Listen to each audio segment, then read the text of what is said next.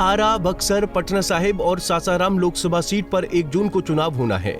आरा Lok Sabha seat से BJP candidate R K. Singh चुनाव लड़ रहे हैं। वहीं महागठबंधन की तरफ से भाकपा माले ने आरा से सुदामा प्रसाद को चुनावी मैदान में उतारा है। आरा सीट पर यादव, राजपूत, मुस्लिम, ब्राह्मण, पिछड़ा और अति पिछड़ी जाति का बड़ा वोट बैंक है। उन्हें कोई भी पार्टी नजरअंदाज नहीं कर सकती। भोजपुर जिले में यादव मतदाताओं की संख्या सबसे ज्यादा है। जिले में लगभग 3,50,000 यादव हैं। यादव समाज को आरजेडी का परंपरागत वोट बैंक माना जाता है। आरा में यादव से लेकर राजपूत, भूमिहार, मुस्लिम से लेकर ब्राह्मण और अत्यंत पिछड़े जातियों की संख्या ज्यादा है। दलित वर्ग के वोटर भी यहाँ अच्छी खासी हैं। वहीं बक्सर लोकसभा सीट पर भी 1 जून को चुनाव होना है। बीजेपी ने इस बार यहां से मिथिलेश तिवारी को टिकट दिया है, तो आरजेडी ने यहां से सुधाकर सिंह को चुनावी मैदान में उतारा है। साथ ही यहां से पूर्व आईपीएस अधिकारी आनंद मिश्रा के लोकसभा चुनाव लड़ने से बीजेपी कैंडिडेट मिथिलेश तिवारी को नुकसान उठाना पड़ सकता है।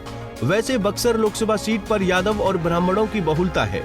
वहीं इस सीट पर राजपूत वोटरों की भी अच्छी खासी तादाद है।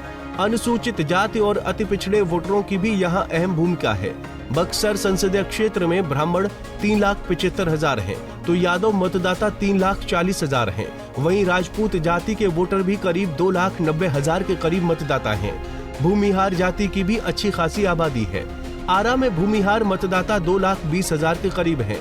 वहीं मुस्लिम वोटरों की आबादी करीब 1,30,000 है। इसके अलावा कुर्मी, वैश्य, दलित, कुशवाहा सहित अन्य जातियों की भी अच्छी खासी आबादी है। अति पिछड़ी जाति की संख्या चुनाव परिणाम में उलटफेर कर देने में अहम भूमिका निभा सकती है।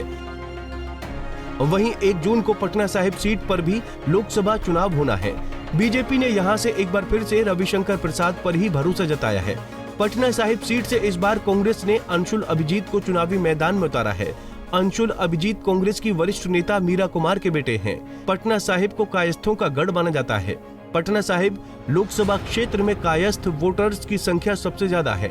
बताया जाता है कि पटना साहिब पर कायस्थ वोटरों की संख्या लगभग 5 लाख है।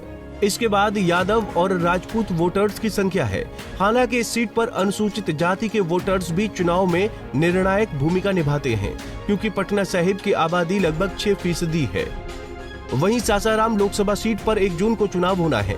यहां से बीजेपी ने शिवेश राम को टिकट दिया है। वहीं महागठबंधन की तरफ से ये सीट कांग्रेस के खाते में गई है। कांग्रेस ने इस सीट से मनोज राम को टिकट दिया है। वहीं अगर जातीय समीकरण की बात करें तो इस सीट पर 25% मुस्लिम वोटर हैं।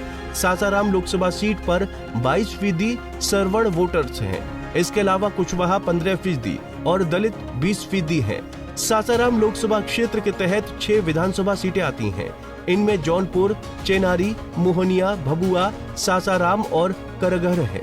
अब ये देखना अहम होगा कि सासाराम सीट पर बीजेपी कैंडिडेट को इस बार जीत हासिल होती है या नहीं, क्योंकि कांग्रेस कैंडिडेट मनोज राम इस बार शिवेश राम को कड़ी टक्कर दे रहे हैं।